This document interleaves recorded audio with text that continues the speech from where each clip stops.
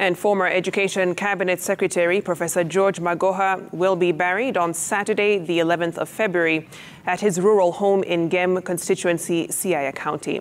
A series of activities is lined up in Nairobi to bid farewell to the fallen scholar and renowned medic who died on Monday. Deputy President Rigathi Gachagua has announced that the government will airlift Professor Magoha's body on Friday, the 10th of February, on the eve of the burial, provide logistical support and feed mourners who will attend his send-off ceremony.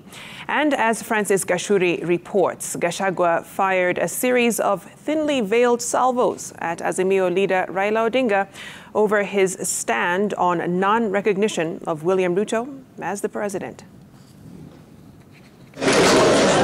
Since his demise on Tuesday, former Education Cabinet Secretary Professor George Magoha's home in Lavington has been a beehive of activity, with mourners streaming in to condole with his family.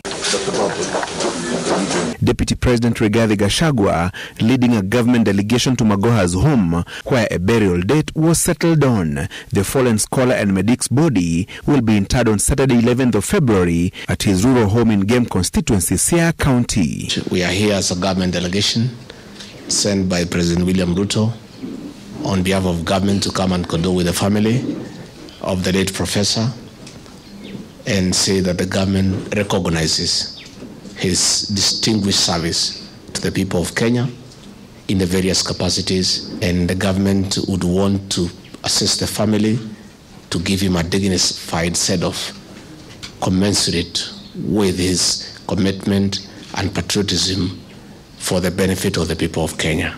During a meeting with Professor Magoha's widow, Dr. Barbara Magoha, and son, Dr. Michael Magoha, Gachagua announced that the government would take care of logistical and security operations to facilitate the former cabinet secretary's final journey. This includes airlifting the body to Gem on the eve of the burial, providing tents and chairs on the burial day, as well as feeding mourners who will attend the funeral. And in addition, we have also instructed that we provide food, relief food, to all the residents of Gem, so that as we proceed to prepare for the burial, all the homes surrounding the funeral home, the home that is bereaved, they are also comfortable because there is food. Prior to the burial in Siaya County, the planning committee has scheduled a series of activities to honor the late Professor Magoha. The body would be taken to places where he made a contribution. At the University of Nairobi, Jogo House, Starehe, the Nigerian High Commission, Medical and Practitioners Board, and all that, which in itself is a logistical nightmare. And the family requested that the government provide adequate and sufficient security.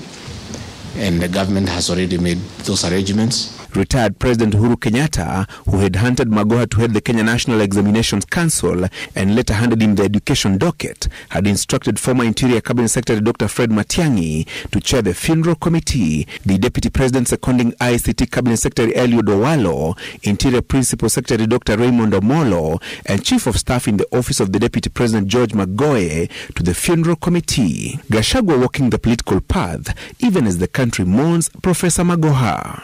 Hata mkisema hamutabui sisi tutakuja tu. Because we have to come. Lazima tukuje. We'll still come. You know, because now, kwa ukisema utabui sisi, lazima tuendelee na kazi, si ndio? That's why we are here as a government. So if you say you do not recognize us, then how would you ask for help from government? You know, some of these things don't make sense. The jabs directed at Azimio la Umoja leader Raila Odinga, who has asked his supporters not to recognize President Ruto and his administration. We are the government for now. Let us work. Let everybody accept and move on. Unajua maisha inakuwaga namna hiyo. Alafu tutapata nafasi pale mbele. Pale 27. Turudi pale kwa kiwanja tumenyane wananchi waamue. But for now, President Ruto is the president. And that is why he has been here to bring support to this home. Francis Gashuri, Citizen TV. Now, the late Professor Richard Alex Nyabera